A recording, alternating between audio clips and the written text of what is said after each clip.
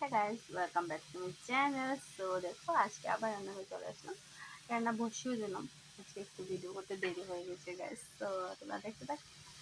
এই যে দেখো গাইস, এই যে আলু ভেজে রেখে দিয়েছি, আলু আর শিম দিয়ে আমি এই যে শুটকি তরকারিটা বানাবো। এই যে দেখো গাইস, শুটকি তরকারি বানাবো।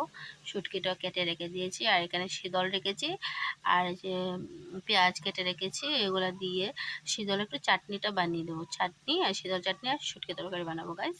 সো দেখতে থাকো। এরকম শিম দিয়ে আলু দিয়ে শুটকির ঝোল কে কে খেতে ভালোবাসো আমাকে কমেন্ট করে অবশ্যই জানাবে গাইস। আর আমি এখন রান্না বসিয়ে নিয়েছি, আর ভাতটা তো হয়ে গিয়েছে, ভাতটা নামিয়ে দিয়েছি গাইস, ভাতটা হয়েছে। এখানে আমি তরকারিটা বসিয়ে দিলাম। তো এখন হলদি মরিচ সব কিছু দিয়ে ঝোলটা দিয়ে দেবো। সো দেখতে থাকো গাইস।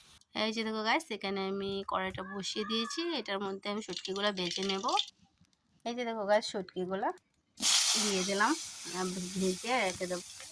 এই যে দেখো গাইস, ভাজছি। তোমরা কি এরকম শুটকি তরকারি খেতে ভালোবাসো? কে কে শুটকি খেতে ভালোবাসো আমাকে কমেন্ট করে অবশ্যই জানিও প্লিজ। তো গাইস, এখন আমি তরকারিতে হলদি মরিচ আর লবণ দিয়ে দেবো। এদিকে দেখো গাইস, চাটনির জন্য পেঁয়াজটা ভেজে নিলাম, ভাজা হয়ে যাচ্ছে আর একটু বাকি। তারপরে আমি শীতলটা দিয়ে হলদি মরিচ লবণ দিয়ে এটাকে নামিয়ে দেবো হওয়ার পরে। তো দেখতে দেখো, আজকে আমরা শুটকি আর শীতল দুটোটাই খাচ্ছি। আজকে মাছ নেই গাইস, ডেলি ডেলি কে আর অত মাছ রাখবে বলো তো।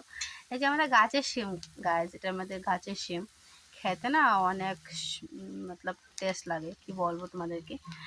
গাছের শিমে আলাদাই একটা টেস্ট থাকে। কার কার গাছের শিম এরকম আছে আমাকে কমেন্ট করে জানিও প্লিজ। এই যে দেখো, শীতলগুলো দিয়ে দিচ্ছি, এখন এখানে দিয়ে দিলাম। দেখো নাড়াচাড়া করছি, এখন হলদি মরিচটা দিয়ে আলুটা ভেজে রেখেছিলাম এগুলোও দিয়ে দেবো।